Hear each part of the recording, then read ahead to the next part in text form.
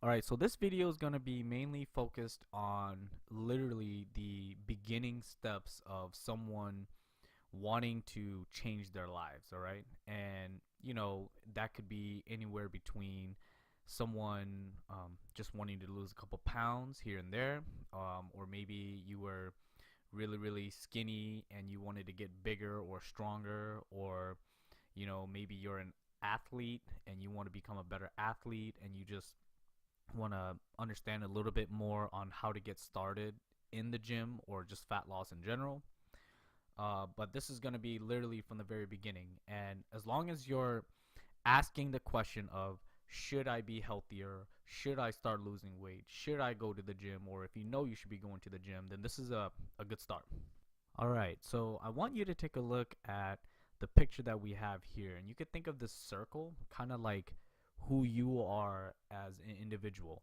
And I want you to almost look at the kinds of things on this chart that is most important to you.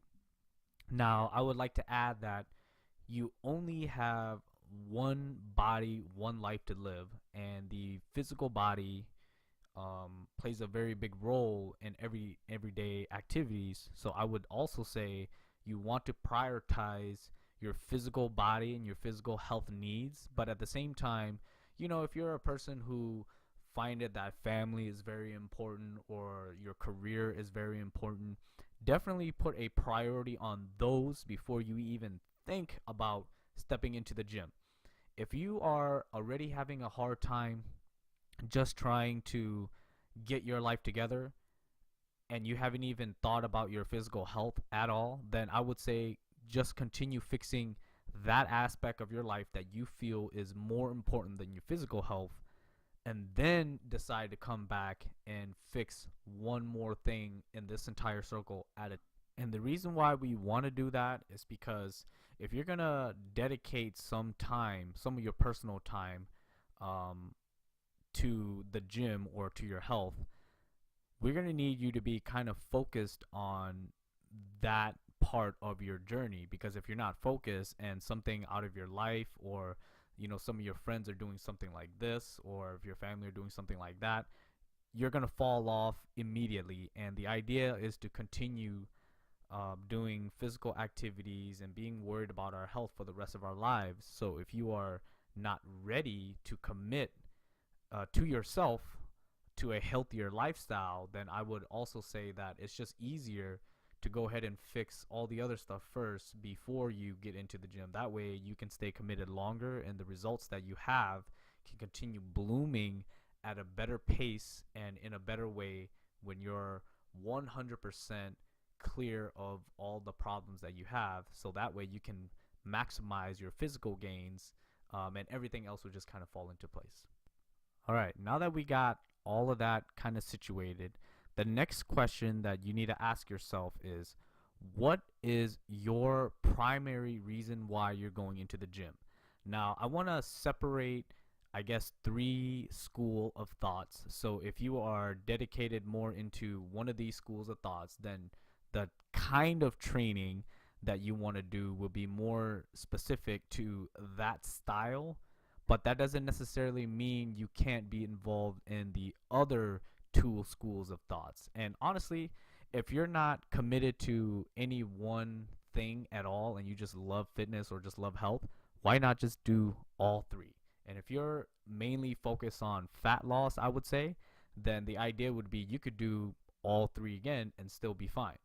But the general first reason that you could be in the gym for is strength.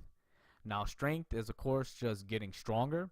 You're not focused on building too much muscle, but because you're building strength, muscle is just going to come along secondary, right?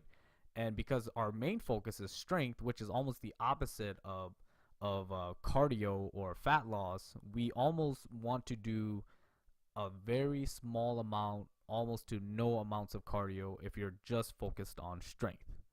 Now, the next train of thought is bodybuilding, or kind of in the middle, where you're going to be lifting fairly heavy, but a lot of your weights aren't going to be as heavy as it would be if you were a power lifter or a strength athlete. Um, and then at the same time, you're not going to be doing in a crazy amounts of cardio versus the people who are focused on fat loss. So you can almost think of bodybuilders as kind of the middle, you know, or like the, I guess you can almost say aesthetic, athletic. This is kind of the in between where you want to be, where you could literally just kind of float wherever you want. If strength seems to be a weakness or size seem to be a weakness, then start lifting a little bit heavier.